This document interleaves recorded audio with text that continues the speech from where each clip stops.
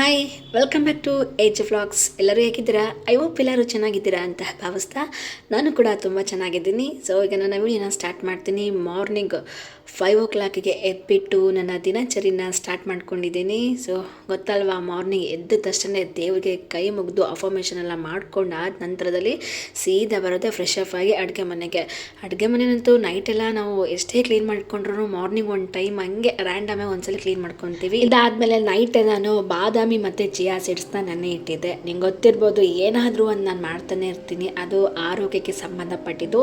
Healthy food ತಿನ್ನೋದ್ರಿಂದ ನಮ್ಮ ಆರೋಗ್ಯ ಕೂಡ ತುಂಬಾ ಗಟ್ಟಿ ಮುಟ್ಟಾಗಿರುತ್ತೆ ಅಂತ ಹೇಳ್ಬೋದು. ಪ್ರತಿ ಟೈಮು ನಾವು ಹಾಸ್ಪಿಟಲ್ಗೆ ದುಡ್ಡಿಡೋ ಅಂಥದ್ದಾಗಿರ್ಬೋದು, ಅಥವಾ ಸುಮ್ಮನೆ ಸೊಪ್ಪೆ ಮರಿ ಹಾಕೊಂಡು ಕೂರೋದು, ಇದೆಲ್ಲ ಆಗದೆ ಇರಬೇಕಪ್ಪ ಅಂದರೆ ನಾವು ಹೆಲ್ದಿ ಫುಡ್ಡು ಕಂಪಲ್ಸರಿಯಾಗಿ ತಿನ್ನಬೇಕಾಗುತ್ತೆ, ಮೇಂಟೈನ್ ಮಾಡಬೇಕಾಗುತ್ತೆ. ಜೊತೆಗೆ ಒಂದು ಫಿಟ್ನೆಸ್ ಕೂಡ ಮೇಂಟೈನ್ ಮಾಡಬೇಕಾಗುತ್ತೆ. ಸೊ ನಾನು ಕೂಡ ಅದನ್ನ ಫಾಲೋ ಮಾಡ್ತೀನಿ. ನಾನು ಮುಂಚೆಯಿಂದನೂ ಫಾಲೋ ಮಾಡ್ಕೊಂಬರ್ತಿದ್ದೆ. ಅವಾಗ ವ್ಲಾಗ್ ಮಾಡ್ತಾ ಇರಲಿಲ್ಲ, ಇವಾಗ ವ್ಲಾಗ್ ಮಾಡ್ತಾಯಿದ್ದೀನಿ, ಅಷ್ಟೇ ವ್ಯತ್ಯಾಸ, ಇನ್ನೇನಿಲ್ಲ. ಬಾದಾಮಿ ಅಂತೂ ತುಂಬಾ ಹೆಲ್ತಿಗೆ ಒಳ್ಳೆಯದು. ಯಾರೆಲ್ಲ ಯೂಸ್ ಮಾಡ್ತಾಯಿಲ್ಲ ದಯವಿಟ್ಟು ಯೂಸ್ ಮಾಡಿ ಅಂತ ಹೇಳ್ತೀನಿ. ಸೊ ಇದಾದಮೇಲೆ ನನಗೆ ಚಿಯಾ ಸೀಡ್ಸ್ ಏನಾದ್ರು ಮಾಡ್ಕೊಂಡು ಕುಡಿಬೇಕು ಅನ್ನಿಸ್ತಿತ್ತು. ಹಾಗಾಗಿ ಚಿಯಾ ಸೀಡ್ಸು ಮತ್ತು ಹಾಟ್ ವಾಟರ್ಗೆ ಚಿಯಾ ಸೀಡ್ಸ್ ಹಾಕ್ಕೊಂಡು ಹನಿ ಲೆಮನನ್ನು ಹಾಕ್ಕೊಂಡು ಕುಡಿತಾ ಇದ್ದೆ. ನಿಮ್ಗೆ ಗೊತ್ತಿರ್ಬೋದು ಇದರಿಂದ ಎಷ್ಟೆಲ್ಲ ಪ್ರಯೋಜನಗಳಿದ್ದಾವೆ ಅಂತಂದರು.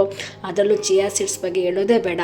ಅದರ ರಕ್ತದೊತ್ತಡ ನಿಯಂತ್ರಣ ಮಾಡುವಂಥ ಒಂದು ಬಲವಾದಂಥ ಶಕ್ತಿ ಅದರಲ್ಲಿ ಇರುತ್ತೆ. ಅದ್ರ ಜೊತೆಗೆ ಕೊಲೆಸ್ಟ್ರಾಲ್ ಕಡಿಮೆ ಮಾಡುವಂಥದ್ದಾಗಿರ್ಬೋದು, ತೂಕನ ಕಡಿಮೆ ಮಾಡುತ್ತೆ. ನಾನೇಂತೂ ವೆಯ್ಟ್ ಲಾಸ್ ಮಾಡಲಿಕ್ಕೆ ತುಂಬ ಇಷ್ಟ. ಸೊ ಅದನ್ನು ನಾನು ಬ್ಯಾಲೆನ್ಸ್ ಮಾಡ್ಕೊಳ್ತಾ ಇದ್ದೀನಿ. ಈ ಕಡೆ ಜಾಸ್ತಿನೂ ವೆಯ್ಟ್ ಇಲ್ಲ, ಈ ಕಡೆ ಕಡಿಮೆನೂ ವೆಯ್ಟ್ ಇಲ್ಲ. ಹಾಗಾಗಿ ಚಿಯಾ ಸೀಡ್ಸ್ನ ಬಳಸೋದ್ರಿಂದ ನನಗೆ ವೆಯ್ಟ್ ಲಾಸ್ಗೆ ಹೆಲ್ಪ್ ಆಗುತ್ತೆ ಅಂತ ನಾನು ಅದ್ರ ಬಳಸ್ತೀನಿ. ಅದರಲ್ಲೂ ಬೋನ್ಸ್ ಸ್ಟ್ರಾಂಗ್ ಆಗಲಿಕ್ಕೆ ತುಂಬಾ ಹೆಲ್ಪ್ ಆಗುತ್ತೆ. ಅದರಲ್ಲೂ ನನ್ನ ಸ್ಕಿನ್ ಆಗಿರ್ಬೋದು, ಏರ್ಗಾಗಿರ್ಬೋದು, ಇದೆಲ್ಲಕ್ಕೂ ಚಿಯಾ ಸೀಡ್ಸ್ ತುಂಬ ಯೂಸ್ ಆಗುತ್ತೆ ಅಂತಲೇ ಹೇಳ್ಬೋದು. ಸೊ ಹಾಗಾಗಿ ನಾನು ಅದನ್ನು ತುಂಬಾ ಬಳಸ್ತೀನಿ. ಇನ್ನು ಲೆಮನ್ ಅಂತ ಗೊತ್ತಿರ್ಬೋದಲ್ವಾ, ವಿಟಮಿನ್ ಸಿ, ಆ್ಯಂಟಿ ಆಕ್ಸಿಡೆಂಟ್ ಹೆಚ್ಚಾಗಿರುತ್ತೆ. ಸೊ ಹಾಗಾಗಿ ಅದ್ರ ಜೊತೆಗೆ ಅದನ್ನು ಬಳಸ್ಕೊಂಡು ನಾನು ಉಪಯೋಗಿಸ್ಕೊತೀನಿ. ಇದರಿಂದ ನಮ್ಮ ಹೆಲ್ತ್ಗೆ ತುಂಬಾ ಉಪಯೋಗ ಆಗುತ್ತೆ ಅಂತ ಹೇಳ್ಬೋದು. ಇದಾದಮೇಲೆ ಒಂದು ಹೆಲ್ದಿ ಡ್ರಿಂಕ್ ಮಾರ್ನಿಂಗ್ ಮಾಡ್ಕೊಂಡು ಕುಡಿದ ತಕ್ಷಣ ಏನೋ ಒಂಥರ ಪಾಸಿಟಿವ್ ವೈಬ್ಸ್ ಆಗಿರ್ಬೋದು, ಫುಲ್ ಎನರ್ಜೆಟಿಕ್ ಬಂದುಬಿಡುತ್ತೆ ಬಾಡಿಗೆ. ಸೊ ಇದಾದಮೇಲೆ ಮಾರ್ನಿಂಗ್ ಏನಪ್ಪ ಟಿಫನ್ ಮಾಡೋದು ಅಂತ ಯೋಚನೆ ಮಾಡ್ತಾಯಿದ್ದೆ. ಆಗ ಎಂತ ಮಾಡೋದು ಅಂದ್ಕೊಂಡು ನಾನು ಮಾರ್ನಿಂಗ್ಗೆ ಬೇಳೆ ತಾಲು ಅನ್ನ ಮಾಡಬೇಕು ಅಂತ ಅಂದ್ಕೊಂಡೆ. ಬಟ್ ಮಾರ್ನಿಂಗ್ ಅನ್ನ ತಿನ್ನೋದು ಒಳ್ಳೇದಲ್ಲ, ರೈಸ್ ತಿನ್ನೋದು ಒಳ್ಳೇದಲ್ಲ ಅಂತ ಅನ್ನಿಸ್ತು. ಹಾಗಾಗಿ ಸೊ ಏನಾದರೂ ಮಾಡೋಣ, ಬೇಗ ಕ್ವಿಕ್ಕಾಗಿ ಆಗೋವಂಥದ್ದು ಅಂತ ಅಂದ್ಕೊಂಡು ಬೇಗ ಚಪಾತಿ ಎಲ್ಲ ನಾದಿಟ್ಟೆ. ಅಂದರೆ ಮಾರ್ನಿಂಗ್ ನಾನು ಬೇಗ ಇದ್ರೂ ಒಂದು ಆನ್ಲೈನ್ ಕ್ಲಾಸ್ನ ನಾನು ಕೇಳ್ತಾ ಇದ್ದೀನಿ. ಆ ಒಂದು ಕಾರಣಕ್ಕೋಸ್ಕರ 1 hour ನನಗೆ ಸ್ವಲ್ಪ ಲೇಟ್ ಆಗುತ್ತೆ. ಅದು ಬಿಟ್ಟರೆ ಇನ್ನೇನು ಇಲ್ಲ. ಇದಾದಮೇಲೆ ನಾನು ಕಾರ್ನ್ ಕೂಡ ಇತ್ತು. ಸೊ ಕಾರ್ನ್ ನಿಮ್ಗೆ ಗೊತ್ತಲ್ವಾ, ತುಂಬಾ ಒಂಥರ ಅದೇನು ಜಂಕ್ ಫುಡ್ ಏನೂ ಅಲ್ಲ, ತುಂಬಾ ಒಳ್ಳೆಯದು ಹೆಲ್ತಿಗೆ. ಹಾಗಾಗಿ ನಾನು ಕಾರ್ನ್ ಪಲ್ಯ ಮಾಡ್ತಾಯಿದ್ದೆ. ಕ್ಯಾಪ್ಸಿಕಮ್ ಇತ್ತು, ಅದನ್ನು ಬಳಸಿಬಿಟ್ಟು ನಾನು ಮಾಡ್ತಾಯಿದ್ದೆ. ಎಷ್ಟು ಚೆನ್ನಾಗಿ ಬಂದಿತ್ತು ಅಂದರೆ, ಏನು ಗೊತ್ತಾ, ನಮಗೆ ಅದೇ ಬೇಕು ಇದೇ ಬೇಕು ಅಂತ ಅನ್ನೋದಕ್ಕಿಂತ ನಮ್ಮ ಮನೇಲಿ ಏನಿದೆಯೋ ಅದನ್ನು ಆಲ್ಟರ್ನೇಟಾಗಿ ಯೂಸ್ ಮಾಡಬೇಕು. ಸಾರಿ, ಕ್ಯಾಪ್ಸಿಕಮ್ ಖಾಲಿ ಆಗಿತ್ತು, ಬಟ್ ಬೀನ್ಸ್ ಇತ್ತು. ಸೊ ಅದನ್ನೇ ಯೂಸ್ ಮಾಡ್ತಾಯಿದ್ದೀನಿ. ಹಾಗಾಗಿ ಆಲ್ಟರ್ನೇಟಾಗಿ ಏನು ಸಿಗುತ್ತೆ ಅದನ್ನು ಯೂಸ್ ಮಾಡಿದ್ರೆ ತುಂಬ ಒಳ್ಳೆಯದು. ಅದೊಂಥರ ಚೆನ್ನಾಗಿರುತ್ತೆ. ಸುಮ್ಮನೆ ನಮಗೆ ಅದೇ ಬೇಕು ಇದೇ ಬೇಕು ಅನ್ನೋದಕ್ಕಿಂತ ಮನೆಯಲ್ಲಿರುವಂಥ ಐಟಮ್ಸ್ನ ಬಳಸಿ ಮಾಡೋದ್ರಿಂದ ಹೆಲ್ತಿ ಫುಡ್ಡನ್ನ ತಿನ್ಬೋದು. ನನಗೂ ಕೂಡ ಸಿಕ್ಕಾಪಟ್ಟೆ ಇಷ್ಟ ಆಯಿತು ಈ ಕಾರ್ನು ಪಲ್ಯ. ಎಷ್ಟು ಚೆನ್ನಾಗಿತ್ತು ಅಂತ ಅಂದರೆ ಸಿಕ್ಕಾಪಟ್ಟೆ. ಇದು ಸೆಕೆಂಡ್ ಟೈಮ್ ಮಾಡಿರೋವಂಥದ್ದು. ಹೇಗಿರುತ್ತೇನೋ ಅಂದರೆ ತುಂಬ ಬೇಯಿಸಿದಾಗ ಅದು ಇರೋ ಟೇಸ್ಟ್ ಎಲ್ಲ ಹೋಗ್ಬಿಡುತ್ತೆ ಅಂತ ಅನಿಸ್ತಾ ಇತ್ತು.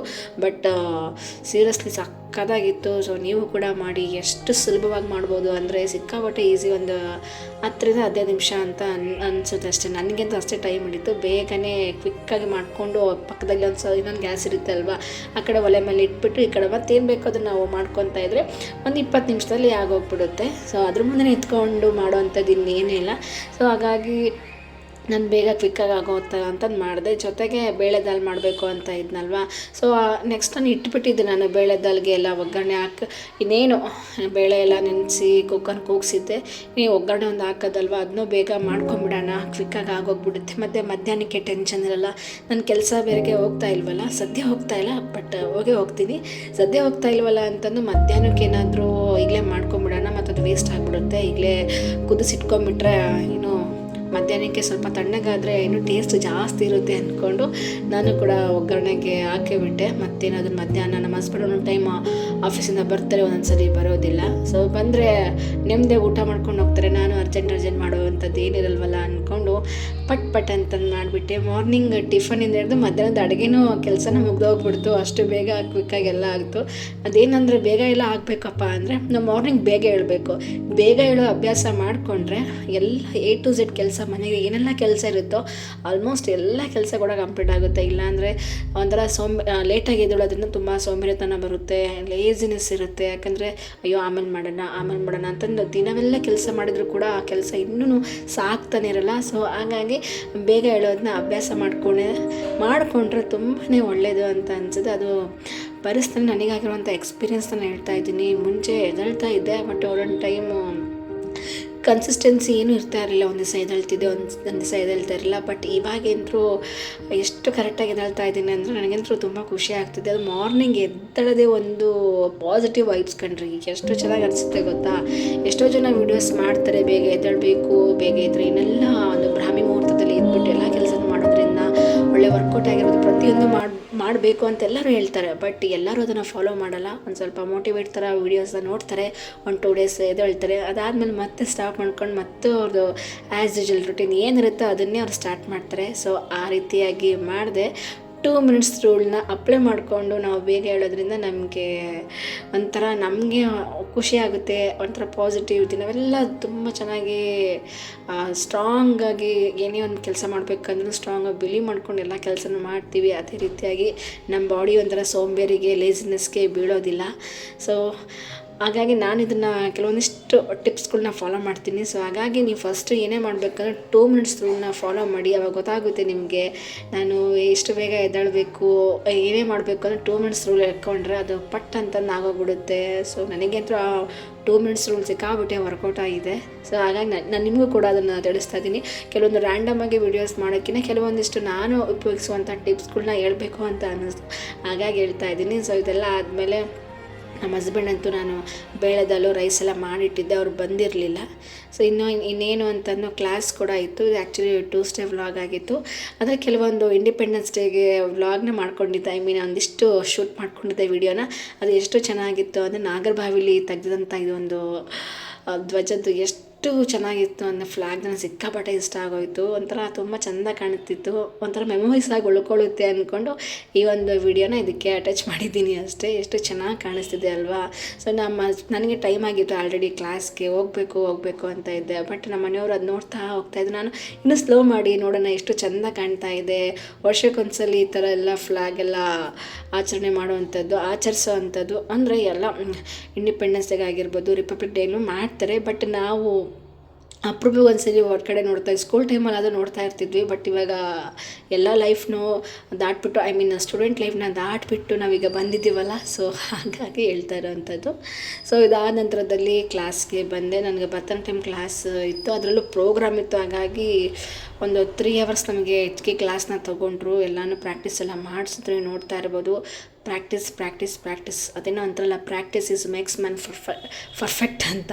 ಸೊ ಅದೇ ರೀತಿಯಾಗಿ ನಾನು ಅಂತಂದರೆ ನಮ್ಮ ಒಂದು ತಂಡ 4 ದಿನದಲ್ಲಿ ಫುಲ್ ಪ್ರಾಕ್ಟೀಸ್ ಮಾಡಿಕೊಂಡು ಒಂದು ಪ್ರೋಗ್ರಾಮ್ನ ಕೊಟ್ಟಿದ್ದು ತುಂಬಾ ಖುಷಿ ಆಗ್ತಾಯಿತ್ತು. ಎಷ್ಟು ಅಂದರೆ ಸಿಕ್ಕಾಬಟ್ಟೆ ಅಂತ ಅನಿಸುತ್ತೆ. ಇದು ಆ್ಯಕ್ಚುಲಿ ಇದು ಕೂಡ ಕೆಲವೊಂದು ವ್ಲಾಗ್ ಮಾಡಿ ಟ್ಯೂಸ್ಡೇ ಇರ್ಬೋದು, ಬಟ್ ಇದು ಕೃಷ್ಣ ಜನ್ಮಾಷ್ಟಮಿ ಮಾಡಿದಂತಹ ಒಂದು ಪ್ರೋಗ್ರಾಮಿಗೆ ಮಾಡಿದಂಥ ಒಂದು ಪ್ರಾಕ್ಟೀಸ್ ವ್ಲಾಗು. ಇದನ್ನು ಕೂಡ ಇದ್ರ ಜೊತೆಗೆ ಅಟ್ಯಾಚ್ ಮಾಡಿದೆ, ಅದ್ರ ಮೆಮೊರೀಸ್ ಆಗಿ ಉಳ್ಕೊಳ್ಳುತ್ತೆ ಅಲ್ವಾ.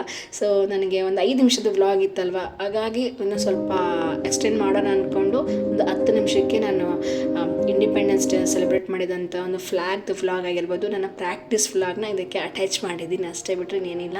ಒಂಥರ ಮೆಮೊರೀಸ್ ಆಗಿ ಉಳ್ಕೊಳ್ಳುತ್ತೆ ಅಂತಂದು. ಸೊ ಸಿಕ್ಕಾಬಟ್ಟೆ ಖುಷಿ ಆಗ್ತಾಯಿತ್ತು ನನಗೆ ಅಂತೂ. ಒಂಥರ ಈಗ ಮಾರ್ನಿಂಗ್ ಬೇಗ ಹೇಳೋದ್ರಿಂದ, ಕೆಲವೊಂದಿಷ್ಟು ಆನ್ಲೈನ್ ಕ್ಲಾಸ್ ಕೇಳೋದ್ರಿಂದ ನಮ್ಮ ಒಂದು ಪಾಸಿಟಿವ್ನೆಸ್ ಇನ್ನೂ ಜಾಸ್ತಿ ಆಗ್ತಾಯಿದೆ, ಕಾನ್ಫಿಡೆನ್ಸ್ ಕೂಡ ತುಂಬ ಬಿಲ್ಡ್ ಆಗ್ತಾಯಿದೆ. ಸೊ ಹಾಗಾಗಿ ನಾನು ಕೂಡ ನಿಮಗೆ ಹೇಳೋದಿಷ್ಟೇ, ಮಾರ್ನಿಂಗ್ ಬೇಗ ಎದ್ದೇಳಿ ಸುಮ್ಮನೆ ಟೈಮ್ ವೇಸ್ಟ್ ಮಾಡಿದೆ, ಕೆಲವೊಂದನ್ನು ಅಭ್ಯಾಸಗಳನ್ನ ರೂಢಿಸ್ಕೊಳ್ಳಿ ಜೀವನದಲ್ಲಿ ಅಂತ ಹೇಳಲಿಕ್ಕೆ ಇಷ್ಟಪಡ್ತೀನಿ. ಈಗ ನಾವು ಎಷ್ಟೇ ಮೋಟಿವೇಟ್ ವಿಡಿಯೋಸ್ಗಳನ್ನ ನೋಡಿದರೂ ಕೂಡ ಅದು 1 ಡೇ 2 ಡೇಸ್ ಇರುತ್ತೆ. ಅದರ್ವೈಸ್ ಮತ್ತೆ ಅದು ಲೈಫ್ ಟೈಮ್ಗೆ ಅದು ಅಳವಡಿಸ್ಕೊಳ್ಳಿಕ್ಕೆ ಆಗಲ್ಲ. ಹಾಗಾಗಿ ನಾನು ಕೂಡ ಇಷ್ಟು ದಿನ ಅದೇ ರೀತಿಯಾಗಿ ಸರ್ಕಸ್ ಮಾಡ್ತಾಯಿದ್ದೆ. ಇನ್ನೇನು ಎದ್ದೇಳೋದು ಬಿಡು, ಮನೇಲಿರ್ತೀನಿ ಅಂತಂದು. ಅದು ಆ ಥರ ಮಾಡೋದು ನಾವು ಮೊದಲಿಂದಾಗಿ ತಪ್ಪು. ಹಾಗಾಗಿ ಮಾರ್ನಿಂಗ್ ಬೇಗ ಎದ್ದೇಳೋದನ್ನ ರೂಢಿ ಮಾಡಿಕೊಡಿ. ಆಗ ನಿಮಗೆ ಗೊತ್ತಾಗುತ್ತೆ, ನಿಮ್ಮ ಕಾನ್ಫಿಡೆನ್ಸ್ ಲೆವೆಲ್ ಕೂಡ ಜಾಸ್ತಿ ಆಗುತ್ತೆ ಅಂತ ಹೇಳಲಿಕ್ಕೆ ಇಷ್ಟಪಡ್ತೀನಿ. ಯಾರೆಲ್ಲ ನನ್ನ ವ್ಲಾಗ್ನ ಖುಷಿಯಾಗಿ ನೋಡಿದ್ದೀರಾ ಅವ್ರಿಗೆಲ್ಲರಿಗೂ ಥ್ಯಾಂಕ್ ಯು ಸೋ ಮಚ್ ಅಂತ ತಿಳಿಸ್ತೀನಿ. ಹಾಗೂ ಯೂನಿವರ್ಸ್ಗೂ ಥ್ಯಾಂಕ್ ಯು ಅಂತ ಹೇಳ್ತಾ ಇವತ್ತಿನ ವ್ಲಾಗ್ನ ಮುಗಿಸ್ತೀನಿ. ಮತ್ತೆ ಮುಂದಿನ ದಿನಗಳಲ್ಲಿ ಅಥವಾ ಮುಂದಿನ ವಾರಗಳಲ್ಲಿ ಮತ್ತೆ ಸಿಗ್ತೀನಿ ಅಂತ ಹೇಳ್ತಾ, ಅಲ್ಲಿವರೆಗೂ ಟೇಕ್ ಕೇರ್, ಬಾಯ್. ಯಾವಾಗಲೂ ಖುಷಿಯಾಗಿರಿ, ಸಂತೋಷವಾಗಿರಿ, ಯಾರ ಬಗ್ಗೆನೂ ಮಾತಾಡದೆ ಪಾಸಿಟಿವ್ ಆಗಿ ಥಿಂಕ್ ಮಾಡಿ ಅಂತ ಹೇಳ್ತಾ ಇವತ್ತಿನ ವ್ಲಾಗ್ನ ಮುಗಿಸ್ತೀನಿ. ಬಾಯ್.